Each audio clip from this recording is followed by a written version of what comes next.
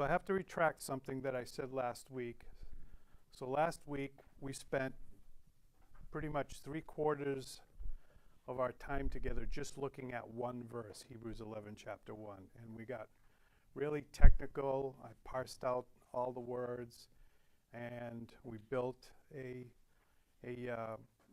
definition of biblical faith. We contrasted biblical faith from the type of faith, the normal everyday faith and trust that people have.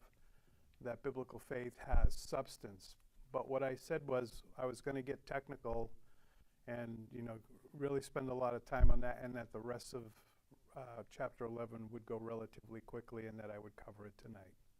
Well, then I started looking at Hebrews chapter 11, and to do that would really be to short circuit almost the whole purpose of the book, because from here on out is where the rubber meets the road, so to speak. And so there's a reason why all of the, as we go down through what's commonly known as Faith's Hall of Fame, all of the different names of the patriarchs, there's a reason why the author, under the inspiration of the Holy Spirit, inserted those there, because there's a certain flavor or a certain attribute of each one of those that demonstrates to us what biblical faith is, what it looks like in real life, having examined it from a real technical perspective last week.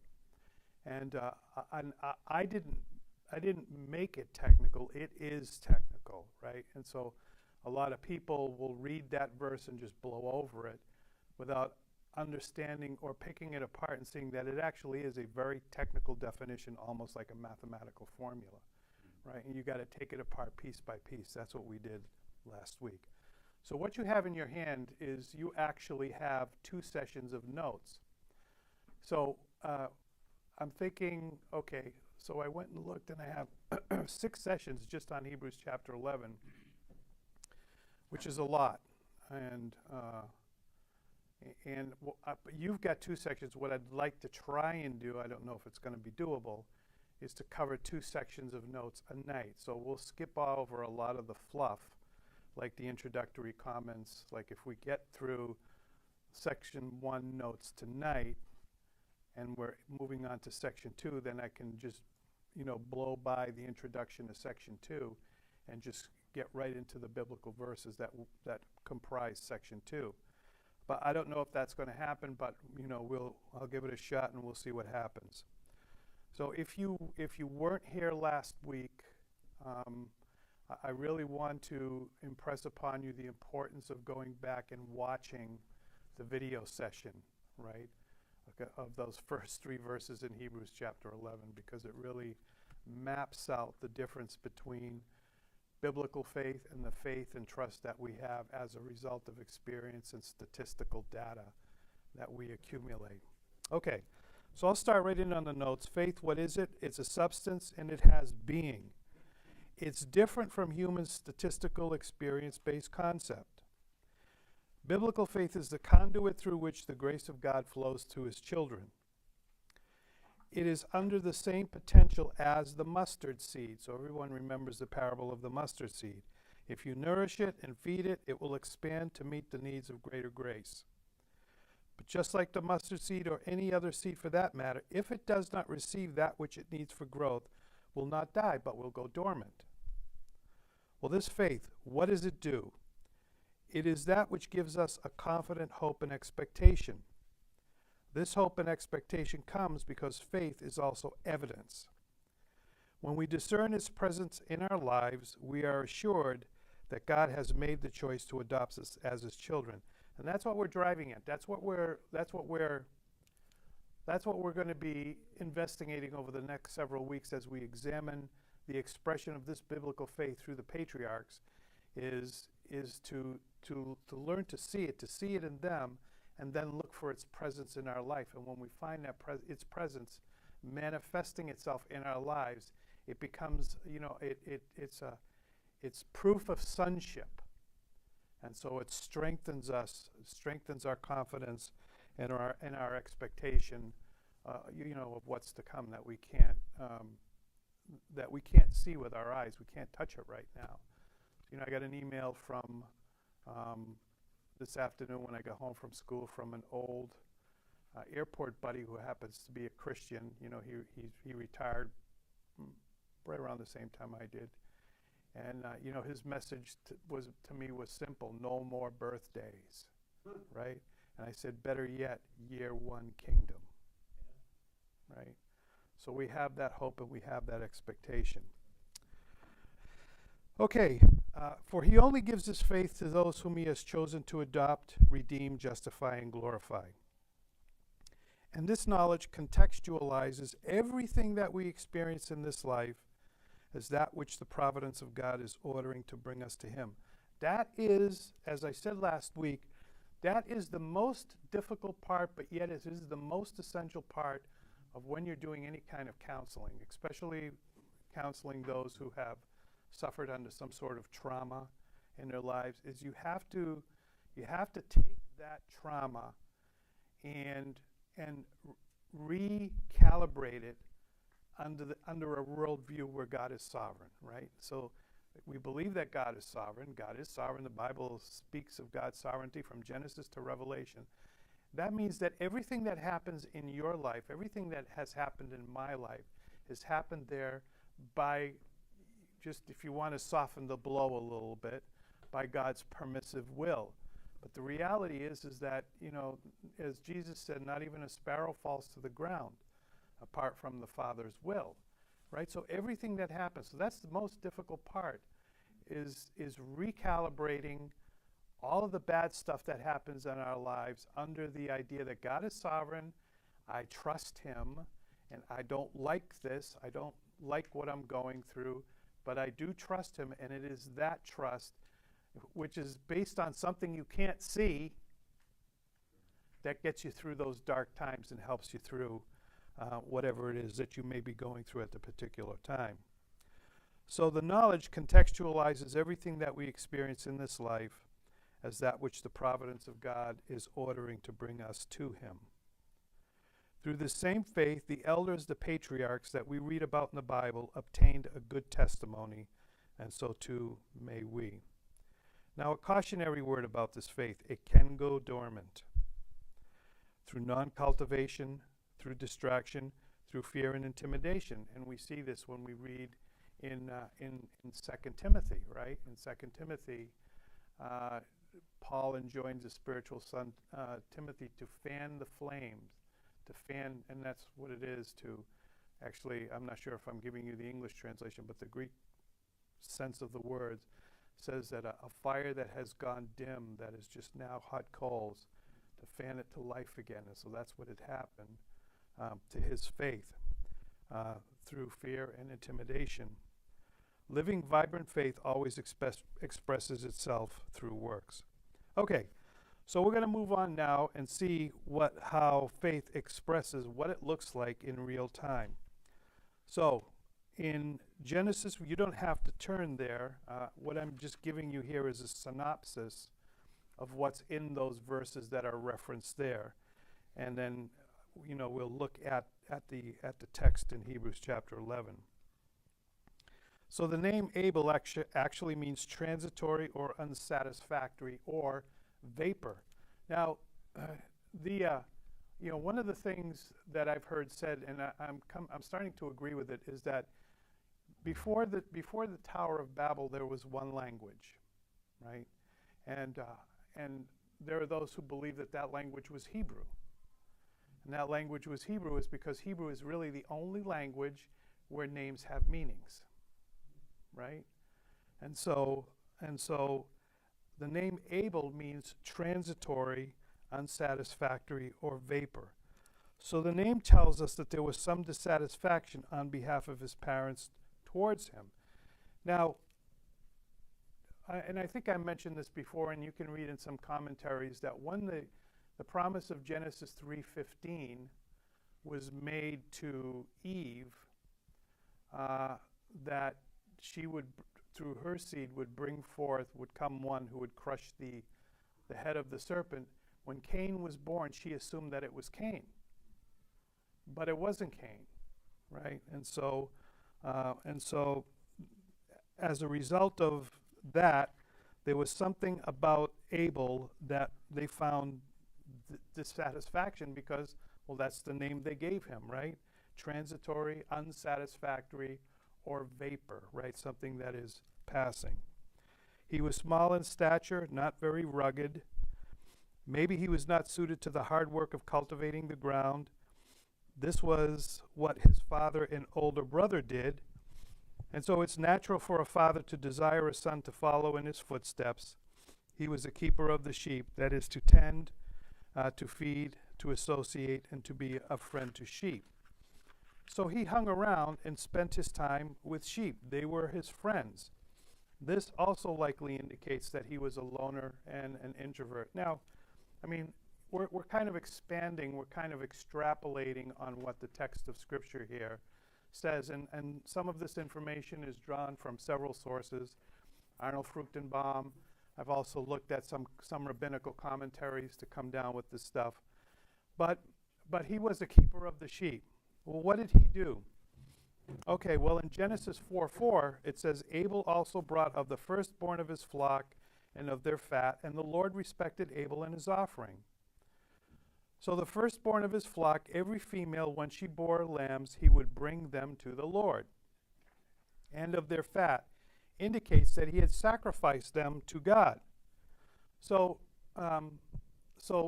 we learn a couple of things here. So we learn so when you think about it, what would be the purpose of raising sheep, right? Now, remind you, we're prior to the Noahic covenant, right? So prior to the eating of meat, right? So the killing of animals for eating meat was not sanctioned until the Noahic covenant was instituted. So what would be the purpose of being a sheep herder at that time?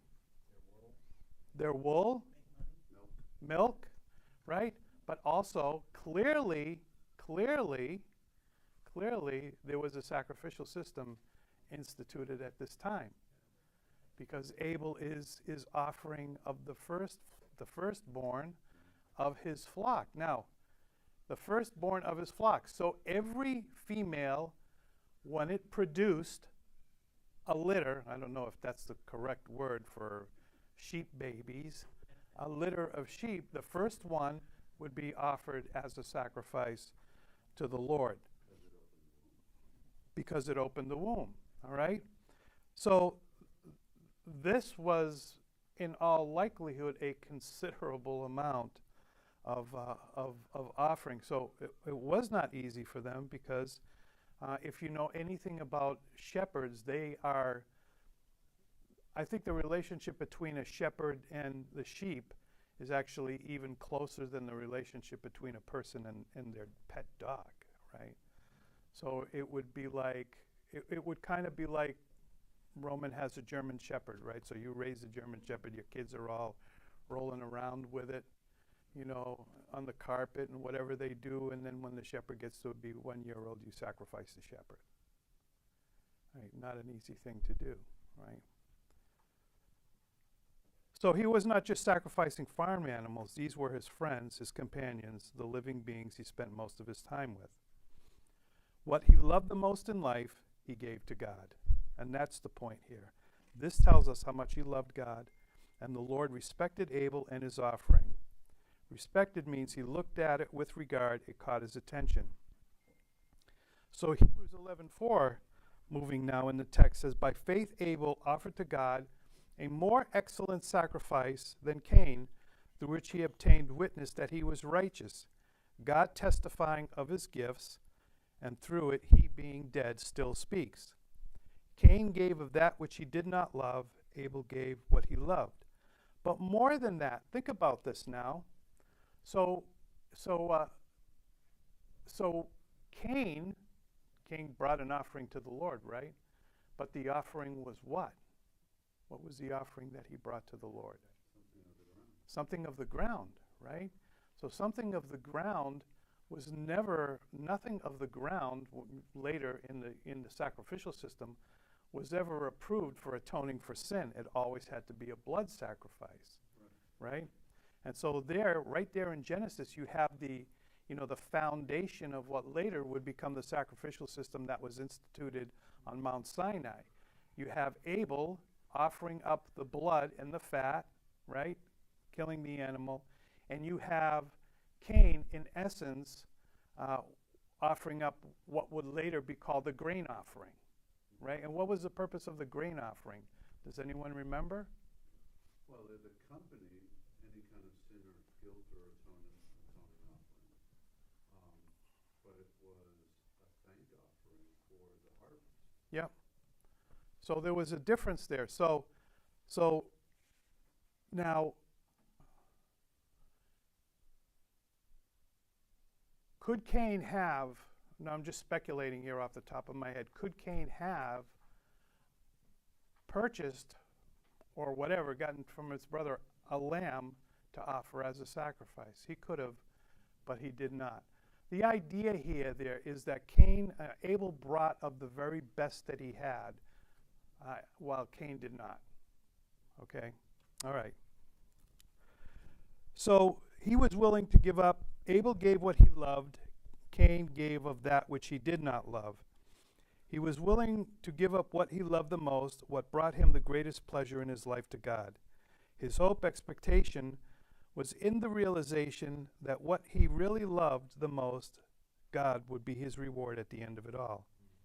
And through his faith, he still speaks and leaves us an example that we should follow. So how does this apply to us? Okay, so what can we learn from this? Well, here are just some questions for self-reflection. What is it that we love the most that brings us the greatest joy in this life? How does it compare with the love that we have for Christ? So this isn't, really an issue for us, right? But if you were living in the first few centuries of the Christian era, especially under the, one of the 10 persecutions, empire-wide persecutions that occurred for early Christians, there documented cases where, somebody was brought before the magistrate and asked to renounce Christ and to sacrifice to the gods, and in front of him there were his or her family who would be killed right in front of them if they had refused to do that, right? Some capitulated, some did not, right? But it begs the question, what is it that we love the most that brings us the greatest joy in this life, and how does it compare with the love that we have for Christ? If it's a distraction, or if it keeps us from pursuing Christ as we should, have we given it up because we love Christ above all else, right? So now, let's talk about this a little bit. So, I think most of us would say, I don't think any of us would say, what is it that we love the most about life, what brings us the greatest joy would be our jobs, right? Nobody would say that, right? Nobody would say that for a boat or a Harley Davidson or a house or anything like that. But we would all probably say our children, right? Does that mean here that, and certainly children can be a distraction, right? Children can be a distraction, right? So am I saying here that we ought to give up our children because they're distracting us from following Christ? No, absolutely not. Because following Christ requires that we love our children and raise them in the right way. But there can come a certain point where that goes over the top and it begins to hinder your pursuit of Christ. Can you give me an example of that? Go ahead, Doug. So one of the struggles is your kids want to play sports. Sports seems to automatically take over Sunday. Yep. So there are things like that, right? Just the busyness of parenthood is more than enough. I said to Pastor Roman yesterday via text, just because of some things, that I would rather face a horde of demons than a teenage girl, right? And he said, "You sure?" And he goes, "You raised one." And I replied, "Yeah, and I barely survived."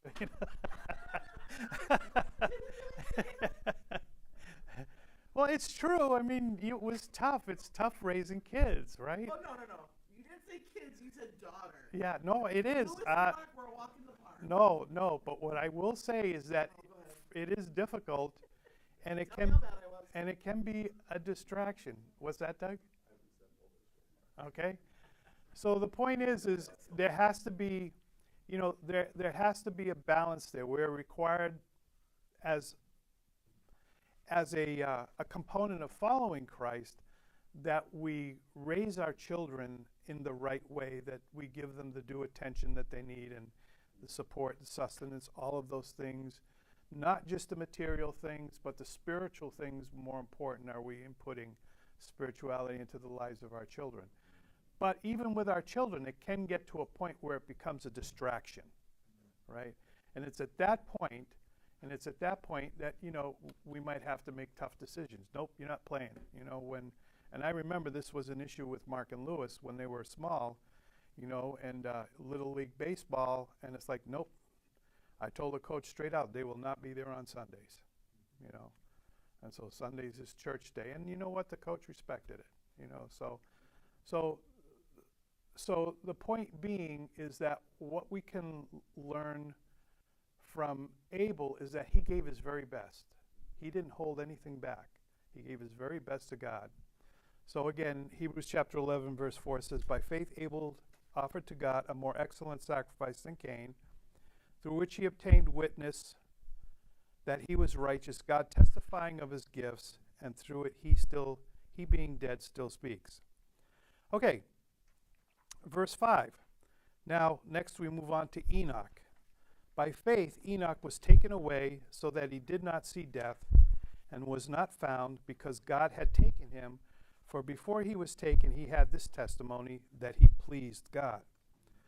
Okay, now we're going to see here that verse 5 connects with verse 6 and tells us, gives us more specific information about what it was that Enoch did that was pleasing to God. But let me read in the notes. Enoch comes from the line of Seth. Enoch literally means dedicated. He was dedicated to God by his parents.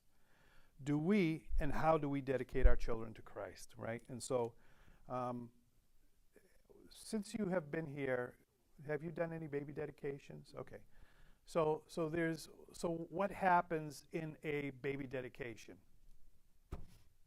Pastor, the parents make a vow. It's actually, it's the fourth of, it actually, I think, carries the force of an oath, right? So when you make an oath to God, right? And so when you dedicate your child, what you're doing is you're entering into an oath with God that you're going to raise your children in the faith, right? That you're going to impart to them, the faith. But how do we do that, right?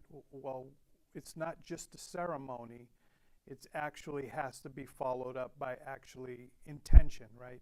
This is what we're going to do. We're going to, first of all, we're going to set the right example at home, right? Second of all, we're going to get them into a place where they're getting sound teaching. 3, we're going to do the best that we can to shelter them, from the horrors of the world right now. I mean, it's horrible right now, So I sent Roman a tweet that I think it's a tweet. Yeah, it was a tweet that I came across today. It was a kind of a big thing on Fox News. This elementary school teacher, it's like they're dumb. Why would you put something like this out in the world for people to see and expose yourself? She's an elementary school teacher. No, she's an elementary school music teacher, and one of her fellow teachers came up to her and said, I had so and so come up to me and ask me if you were a man or a woman, and the conversation goes on, and then at the end of it all, this woman says, and that's exactly what my purpose is, to confuse them. Mission accomplished. My purpose is to confuse them. So, that's part of, this is working in an elementary school, right? So that's part of what it means to dedicate your children to the Lord, right? Is to you not only impart spiritual truth to them, but do what you can to shelter them, from the horror that eventually they're going to face.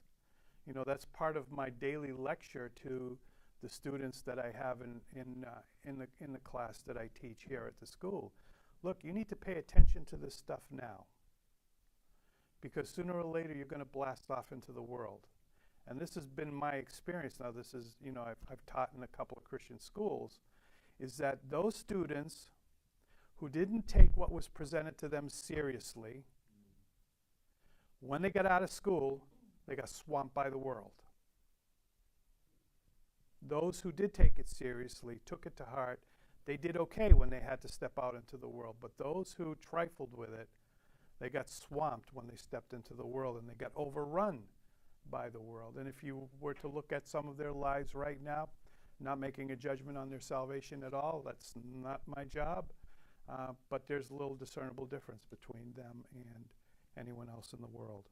There's a sense in which you can shelter them so much that they're not ready for the confrontation that's going to come eventually. Yeah. You have to explain the world to them, right?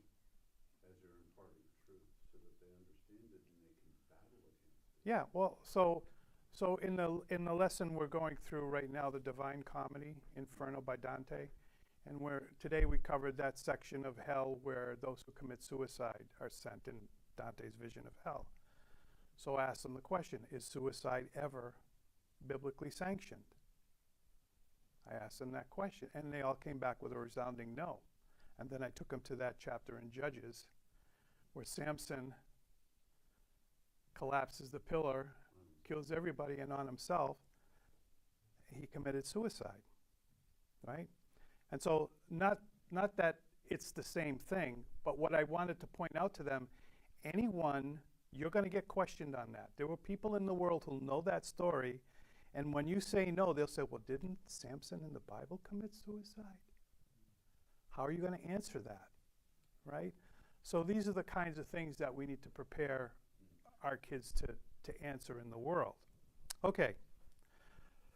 So Enoch, parents who dedicate their children to the Lord by word, deed, and example raise children in many cases who are dedicated to the Lord, at least in their childhood.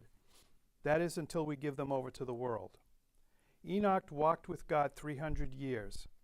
This 300-year walk began after his 65th year of life. Something happened around the birth of Methuselah that changed the course of his life. From that point on, he walked with God until God took him. He is one of two people in the Bible that God translated without having to die. But what does it mean that he walked with God? And there's the verse, again, I won't read it, but jumping just below it, it says he pleased God. This tells us that his 300-year walk with God brought pleasure to God, but it still does not tell us what it was about that 300-year walk that brought pleasure to God. That comes in the next verse. For verse 6 says, but without faith it is impossible to please him, for he who comes to God believes, number one, that he is. What do you think that means, that he is? That he's real, that he exists, and that he is a rewarder of those who diligently seek him. So verse 6 stands as a parenthetical that tells us what it was. He believed that God is. He lived his daily life with the firm belief and conviction that God was an ever-present reality and being, always there.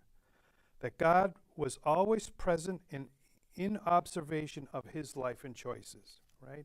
So Enoch lived his life that way, with the ever-present reality that God was always present and in observation of his lifestyle and the choices that he made from day to day. All of our choices have consequences, right? And all of our choices, it's kind of like, when you drop a pebble into the water, it makes impact right there, but it has consequences that are far-reaching. And so the same thing is true in our lives. And so Enoch understood that, and he lived his life that way. So he lived his life with a constant knowledge, appreciation, and awareness that God was present and observing his lifestyle and choices. And point 2, he believed that God is a rewarder or one who pays wages. So this belief expressed itself in real time through Enoch's 300-year diligent seeking and pursuit of God. Diligence is persistent effort, work, industrious in character. Enoch was dedicated to God by his parents. Enoch was a dedicated individual who, through persistence, work, and industrious pursued and walked with God for 300 years.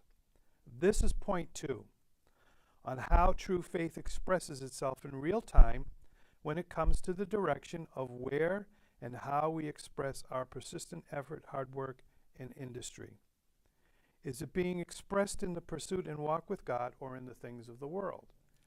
Enoch made it here to the Faith Hall of Fame because his life work and his pursuit was after God and after the reward that God would give. And so, to reuse a phrase that's been used by others, and I've used it 100 times myself, is Enoch was a man who lived with eyes for eternity. He saw beyond the veil of this life. Right? And so far, what have we learned about this faith that has being? It's real, right? Remember I said last week that the type of faith that expresses itself as, if I sit on that chair, I can sit on that chair and it's not going to collapse under me. It's based on experience and statistical probability, but it doesn't have existence apart from me. It only exists as an attribute of me. Whereas the biblical faith that is being talked about here exists as a separate entity from me. It's something that's imparted to me, and it's imparted to you by God as part of the gifting of faith, because it is actually an attribute of God. So it has being, it has existence, or the theological term is ontology, right? It has being. So far we've learned that this is how. Now remember, let's pull it all back into the context, right? So this is all being written to Messianic Jews who were struggling in their faith. They were struggling in their faith because they were coming under persecution. Many of them had been thrown out of the synagogue. Thrown out of the synagogue, you're basically persona non grata, right? You might as well be a leper, right? And in many times your goods would be confiscated, you'd lose your inheritance, right? So they were struggling under this kind of fear, and then also dealing with the concept of the Messiah being not only human but divine as well, and his revelation being superior to that of angels, through which the law on Mount Sinai was mediated to Moses. Right? So what he's giving them now, he's given them the definition, but he's also showing them this is what it looks like. This is what you look for within yourself. This is what it looks like. So Abel, he loved God above everything else and had no problem making God his number one priority. With Enoch, he absolutely lived his life in the light of the reality that God was always present, God was always observing everything he did, every choice he made, and he was determined that he was going to get a reward from God for that.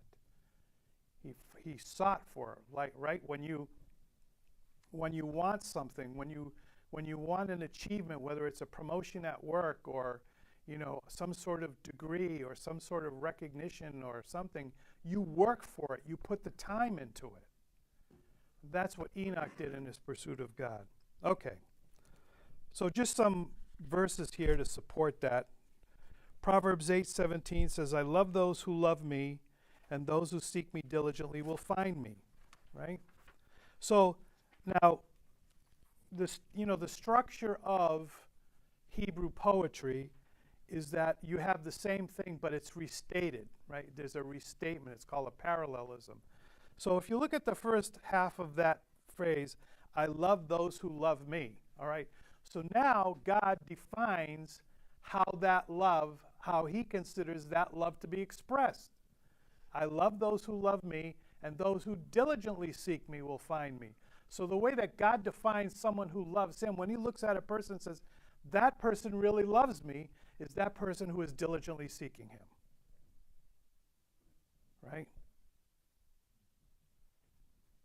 So how are we doing with that? Jeremiah 29:13, and you will seek me and find me when you search for me with all your heart. Psalm 119:10, with my whole heart I have sought you, oh, let me not wander from your commandments. Verse 12, when you believe, point 12, when you believe that something exists, that you want it, that there will be a blessing in getting it, you will seek it with your whole heart. Mark 12:30, and you shall love the Lord your God with all your heart, with all your soul, with all your mind, and with all your strength. This is the first commandment. And are we really doing this? And I think we can all admit that there's room for improvement, right? We all admit it. Well, see, but this is why Abel and Enoch are there, right? Now, next we move on to Noah. So I'll just read the verse 7. By faith, Noah, being divinely warned of things not yet seen, moved with godly fear, prepared an ark for the saving of his household, by which he condemned the world and became heir of the righteousness which is according to faith. Okay, now on the notes. Again, there's just a brief synopsis of what you would go back and find in the book of Genesis. The name Noah means resting place. Noah found grace in the eyes of God. So that is, the just tense mumbo jumbo there means he did not begin to receive the grace of God. He began to see it and discover it for the first time as he reflected back over his life. Okay, so you're Noah now, and you're living in a world that has become genetically corrupted. This is the world of Noah's time. Not only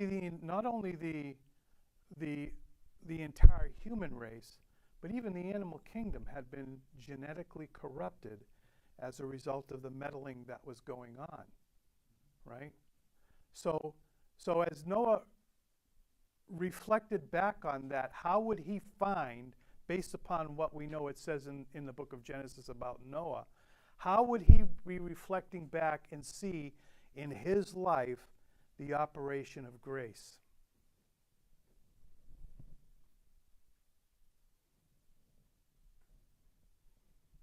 The operation of grace in God's life from even before he was born. Well, he's going to see the lineage that he came down through. And what's the terminology there? Yeah. Do you remember what it says about Noah? That Noah, actually, let's just go there. It'll be easier if we go there. In all of his perfect in his generations.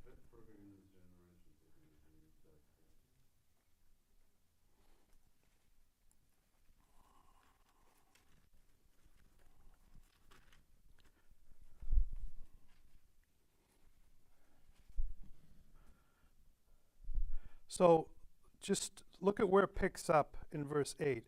But Noah found grace in the eyes of the Lord, right?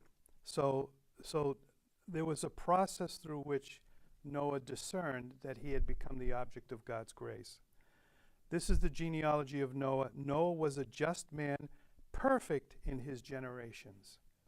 So that phrase, perfect in his generations, means that his entire line was kept by the grace of God free from genetic corruption. So as Noah reflected back, he said, God has protected me all this time. It's all come to bear. All of the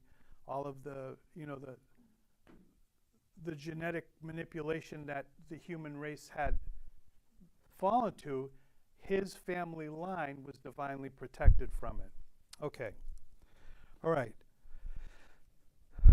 So Noah being, let me see where I am in this stuff.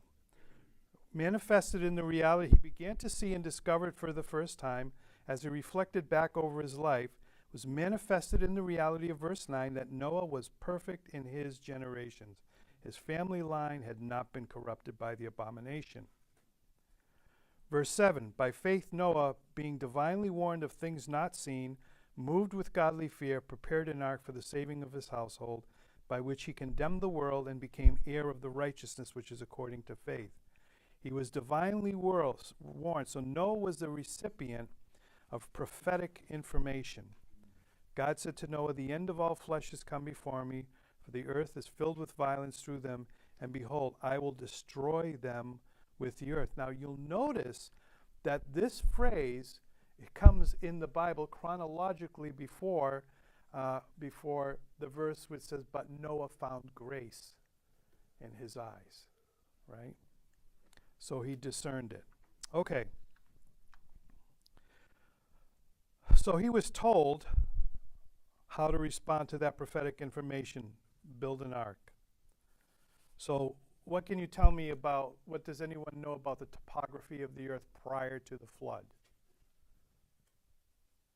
If you've done any it wasn't mountainous, the earth was fairly flat. And it was One land mass. With all the seas around it, right? And so here you are, hundreds and hundreds of miles from any water, and you're going to build a boat, and God tells you to build a boat. Wait, how did you know that? That it was one You can actually see it in the continental drift, right?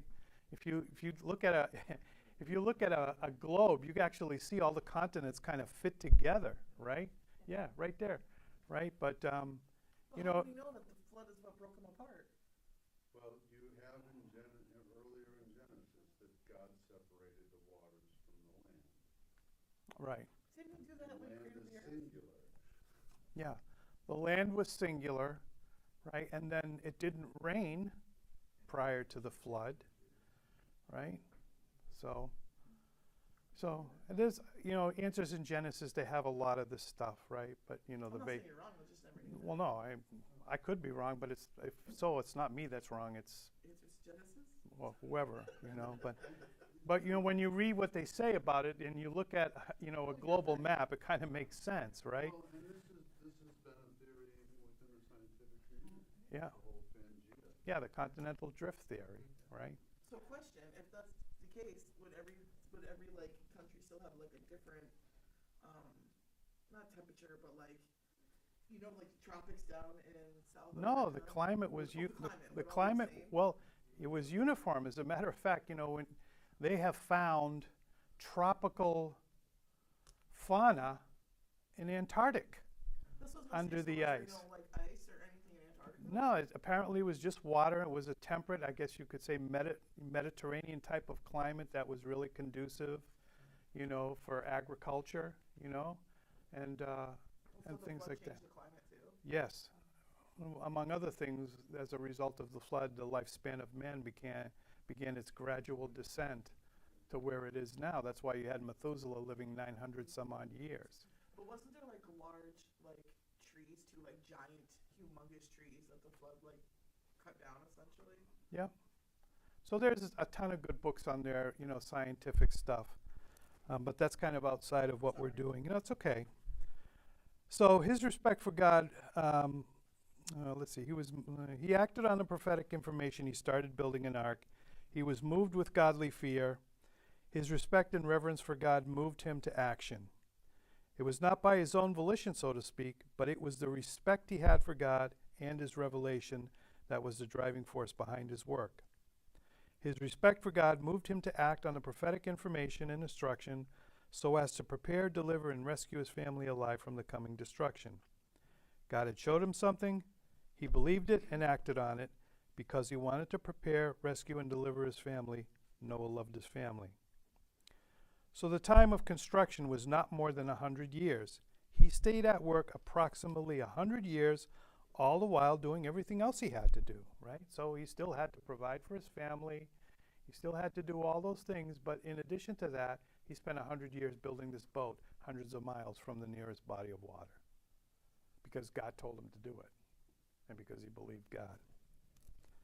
his beliefs, backed up by actions, which were both undergirded by a biblical faith that had to continuously expand to embrace the insane task through years, right? So imagine that. So yeah, you know what? God wants me to build a boat. You know, after about the third or fourth board, you say, I can't do this. It's too much. It's overwhelming me.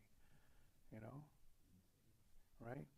I mean, okay. So let's kind of like just bring this home a little bit, right? So God.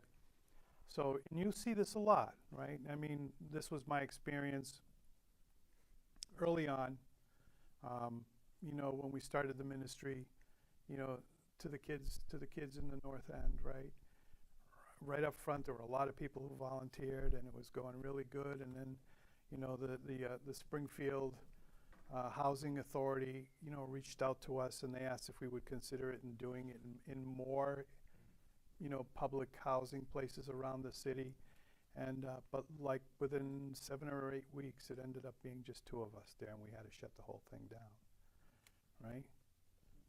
So that's what happens is, you know, I mean, life conspires against you, right? Whenever you want to do something for God, life is going to conspire against you, right? So imagine Noah starting out, you know, okay, I'll do it, you know, and he gets 5, 10, 15, 20 years down the road of building this boat, hundreds of miles from the water. Meanwhile, everyone around him is ridiculing him because see that nut out there? Did anyone see that movie Steve with, Carell. huh? Steve Carell when he was Moses. What was the name of that movie? I don't know. Morgan Freeman was God, though. Yeah. I mean, that was a pretty funny movie, you know? And it kind of captured at least some of the ridicule and some of that he endured. Evan Almighty, no. Is it? No. So in that movie, even at a certain point, his wife and kids, you know, turned against him. Why are you doing this? You're a nut, you know? You're just a nut. And so Noah didn't live in a vacuum, you know? So he was subject to all of this, yet he kept going. He kept going because he had a firm belief in what God was calling him to do. So when we went to the Ark Encounter, one of the things that was very compelling, apart from obviously seeing it, was they had a video. And the video played just exactly what you were talking about. Him, just people coming by, ridiculing him, making fun of him and his family, and talking to him. And he said, you know, they would say, there's no water around, you're building this ark. And he said, God told us the flood is coming. And it's coming. We don't know when it's coming. But you need to repent. And just know that this flood's coming.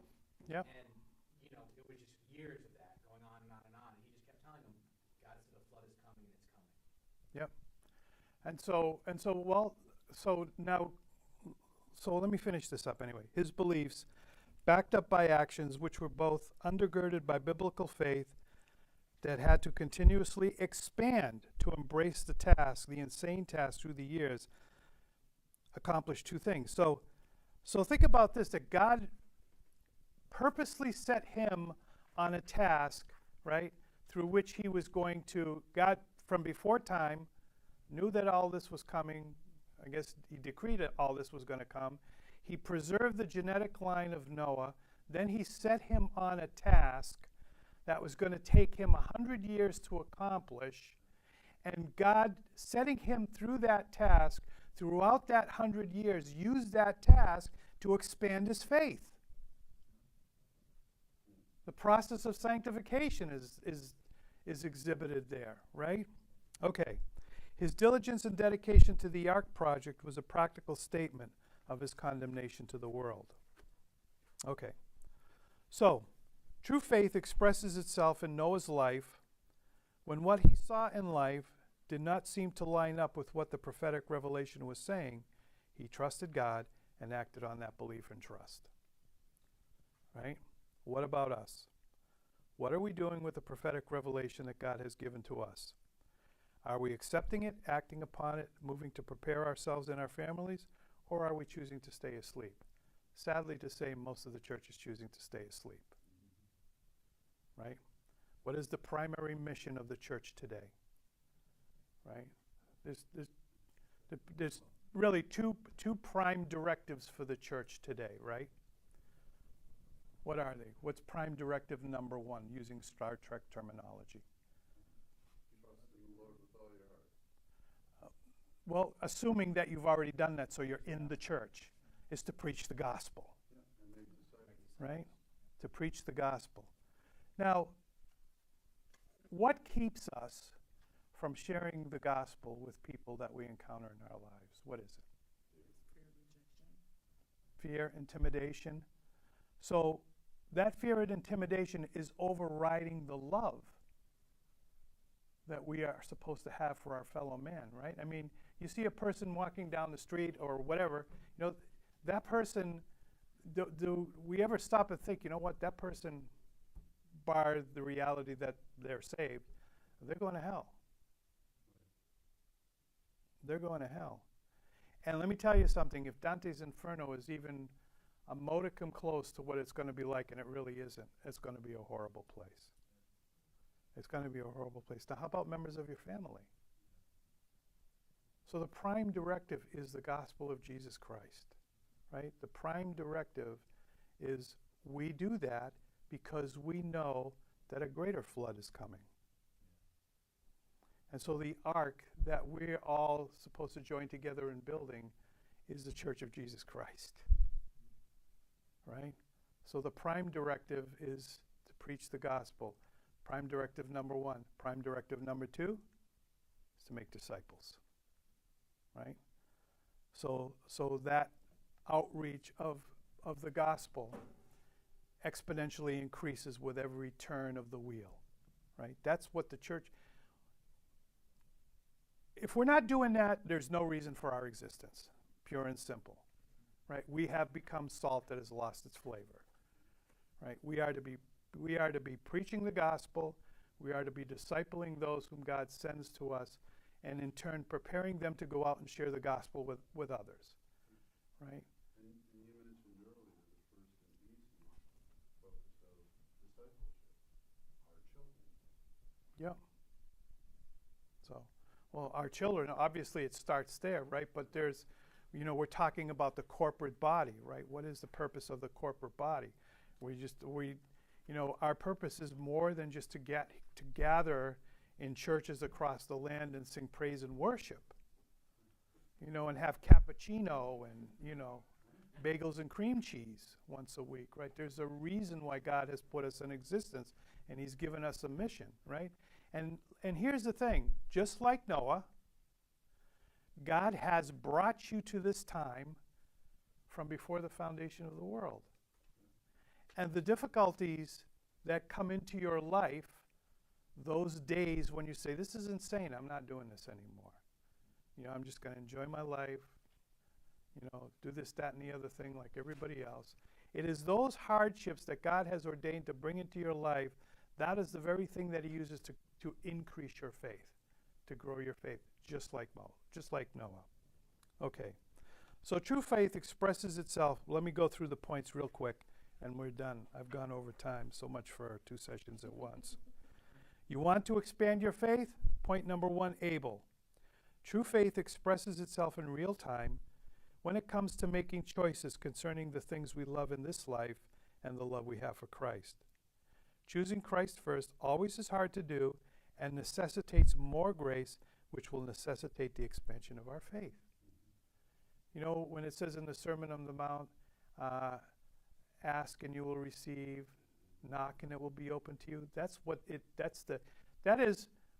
So how many times have you asked for something and prayed for something and you haven't gotten it?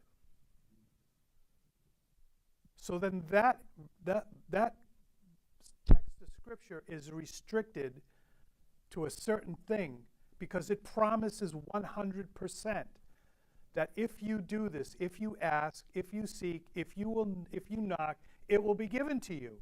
It doesn't say it might be given to you. It says it will be given to you. Okay, well, I've prayed for things. Some of the things were godly things, you know, for the church to get bigger, you know, for more people to come out to Bible study, for more people to watch my YouTube videos, you know, and I don't think that was those were unholy requests. But wait a minute, God said that he would answer it. So either that's not true or my understanding of what that passage of Scripture teaching is incorrect. You notice that comes on the heels of the Sermon on the Mount, right? And so what that is saying is those who ask for grace and strength to live out what Christ is discoursing in the whole Sermon on the Mount, God promises if you seek it, if you knock and you ask for it, he will give it to you. Right? So, choosing Christ first is always hard to do and necessitates more grace, which will necessitate the expansion of our faith. Point 2, Enoch. True faith expresses itself in real time when it comes to the direction of where and how we express our persistent effort, hard work, and industry. Is it being expressed in the pursuit and walk with God or in the things of this world? This is hard to do and will require greater grace and the expansion of the conduit of faith. Point 3, Noah. True faith expresses itself in life when what we saw in life or what we see in life does not seem to line up with what the prophetic revelation is saying.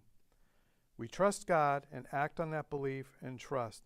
This is hard to do and will require greater grace and the expansion of the conduit of our faith. Okay, we're going to stop there, so I don't know.